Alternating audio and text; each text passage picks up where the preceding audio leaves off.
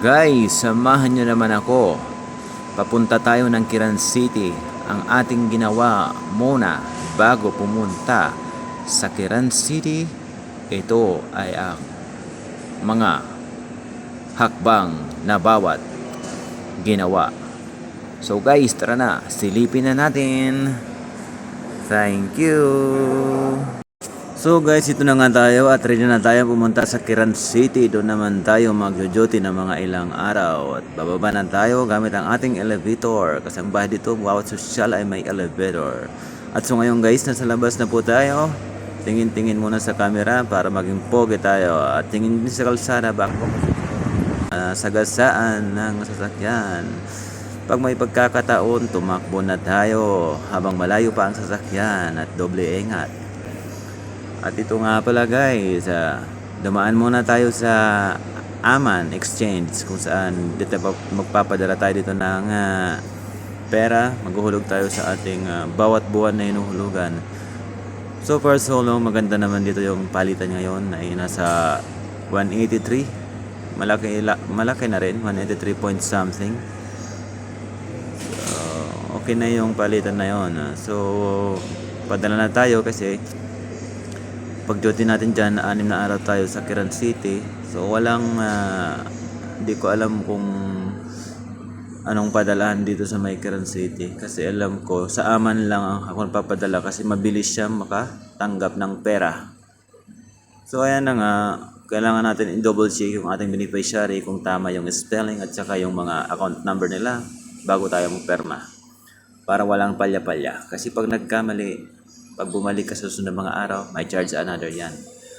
May charge ulit. So, double check na lang natin guys bago tayo mag-sign. So, ayan na. So, for so long na, tayo ay maglalakad na. Naisindan natin yung perang kailangan doon sa Pinas para sa ating hinuhulugan na buwan-buwan ba. Kailangan magtyaga. Pag may tyaga, may nilagang ihigupin na sabaw. O diba? Ang galing. Paggabi na nga yan guys, tayo sa nag-aabang na sa isang punta tayo sa bus station para makasakay tayo ng maayos. Tingin ulit sa camera para lalo tayo pogi. Pogi. Ayan na. So, takbo rin habang may pagkakataon. So for a while guys, nakasakay na tayo dito sa bus. Ayan na. Dito tayo sa may dyan sa may upuan na yun para dalawa. At so after that, kinabukasan pumasok na tayo. Ayan na. Yan lang yung dala ko para may pagkain tayo siya para na magutom. At ito na nga, papapasok na tayo sa ating natatrabahoan dito sa Kiran Square Mall. Ayan na, pasok na po tayo. Parang si Robin Padilla. Aba, ayun na. May camera pa sa likod guys.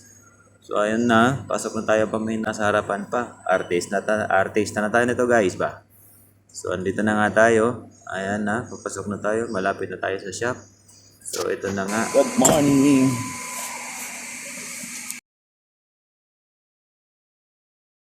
Bago ang lahat guys, ipapakita ko ng pwesto namin dito sa Kiran City Mall. Ayan lang yun ang pwesto namin. So after that, bago tayo magbukas, magpupunas-punas muna tayo ng ating area kung saan visible siya sa customer, ang mga baka may mahawakan na dust. Mahirap na, kailangan maglinis muna tayo. Pahapyaw lang yan nalinis guys kasi araw-araw naman yan nililinis. Bago umuwi, pinupunasan natin yan. Ayan, yung mga dyan, mga table white dyan. Punas-punasan. Ayan yung canister namin dyan na para sa fries yan, para sa fries. Konting punas lang yan guys kasi araw-araw pinupunasan. Ayan, tumingin pa sa atin si Pogi. Tumingin pa si Pogi sa atin. Pogi pa yan guys, lalo na pag nagkabuhok na yan. Nako, ewan ko lang kung tubuan pa yan. So nagpapatuloy na tayo magpunas. So pununasan natin dyan yung makina natin dyan. Tissue lang tayo, tissue para ayan, nabutin natin dyan sa dulo. Ayan, makinis na ayos na nakita na makinis. Okay, proceed tayo sa paglinis. Okay, parang hindi ata maabot doon sa likod guys. Kaya tayo gagawa ng paraan para iya maabot. Iikot tayo mamaya, papunta doon. Ayan, napaikot na nga tayo guys. At para maabot na yun sa dulo. Okay, nandun na tayo sa dulo guys. Naabot na siya. So, continue natin ang paglilinis nito natin dito para maganda sa paningin ng ating mga customer. Kung malinis ang ating shop, syempre of course, bibili at bibili sila kahit hindi nila gusto bumili. Basta malinis ang shop, bibili tayo. So, after that, ilabas na natin yung mga drinks, water, para i-display natin kung ano yung mayroon tayong klaseng paninda. Any kind of flavor. So, ayan na nga. Nilabas na natin lahat para makita natin o ng mga customer kung ano ang may pantulak. Sige. Pag walang pantulak, magpatulak ka na lang. Ayan. Para tulak ka talaga. So, medyo seryoso dyan kasi antok pa yan si Pogi. Lingon-lingon tayo sa labas para siyempre pag dumadaan ng customer, i-greetings natin sila ng hello, good morning, good afternoon, good evening, good night, and bye-bye.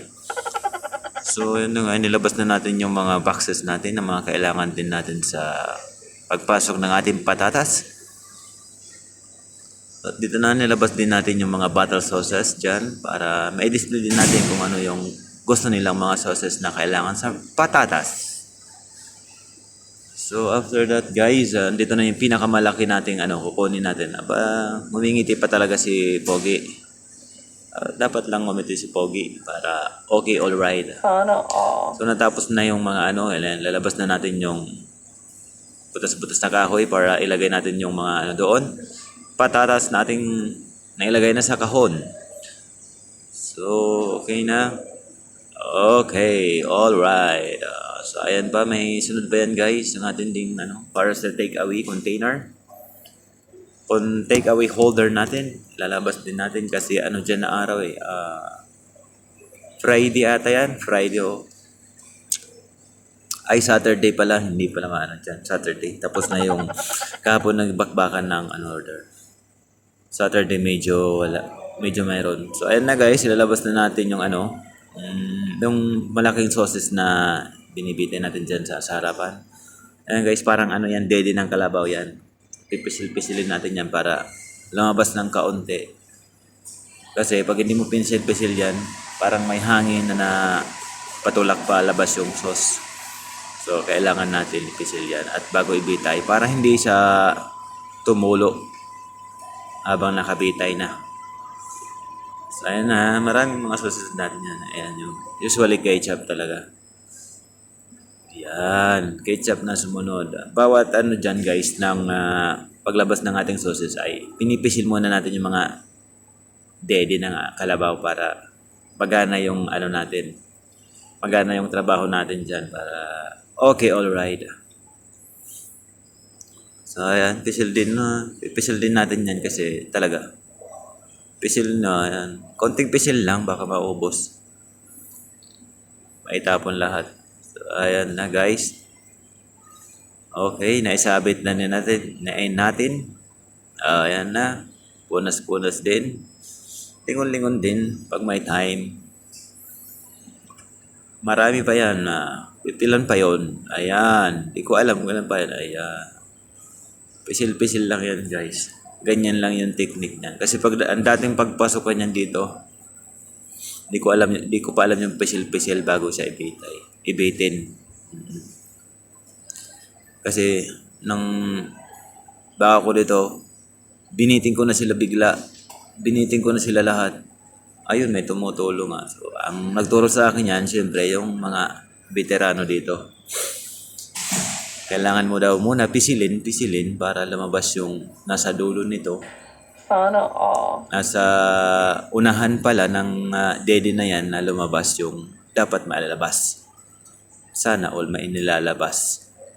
So, punas-punas din. Medyo natapos na natin guys, i-display natin yung natin, dede ng kalabaw. So, ayan na. Habang nagpapainit tayo dyan sa may makina na yan na green, Mainit na yan kanina pa. Medyo matagal na tayo nagbukas, di ba? Mga 15 minutes na ata siguro.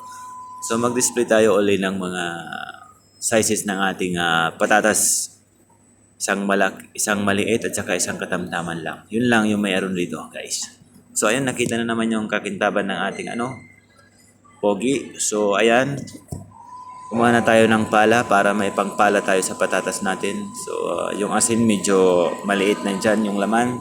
So kailangan din natin mag-refill para oras ng customer, mayroon tayong ibubudbud na asin sa kanilang mga patatas na in-order. So ayan na guys, kailangan natin ayan, medyo may tira pa. Okay, baka puno na. Mahirap kasi pag puno. Baka maitapon lahat kasi. Ayan, okay na, alright. So kunin na natin yung ating iPad para sa taking order natin guys. So, ayan na siya. Ayos yan guys, iPad. Yung nila, mayaman. Naka-iPad yung nila. Sana all. So ilagay natin yung camera sa kabilang lodo para makita natin kung ano ang ginagawa ng poging host. Ayan na. So may dinudukot pa siya dyan para maipasok yung tinain ng ating iPad. Yung konektado para sa kanya. Kailangan natin yung tusukin dyan para may lumabas na papel habang nagte-take order tayo. Kasi pag hindi mo natusukin na maayos, walang lalabas. Kailangan talaga tusok na tusok. Sagad na sagad para may yung puti dyan. Yung puti, yung papel dyan sa may printer na yan. So ayan na nga.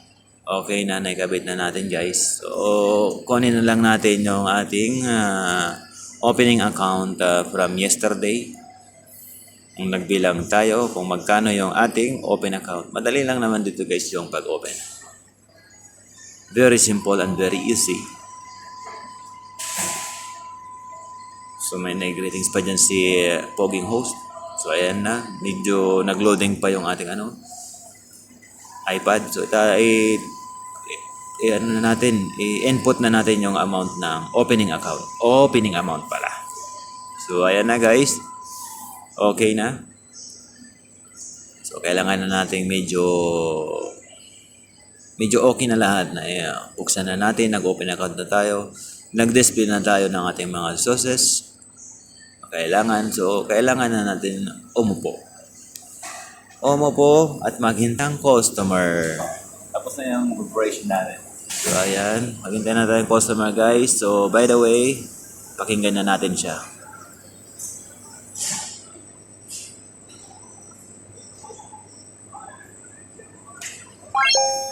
Salamat sa panonood. Bye-bye.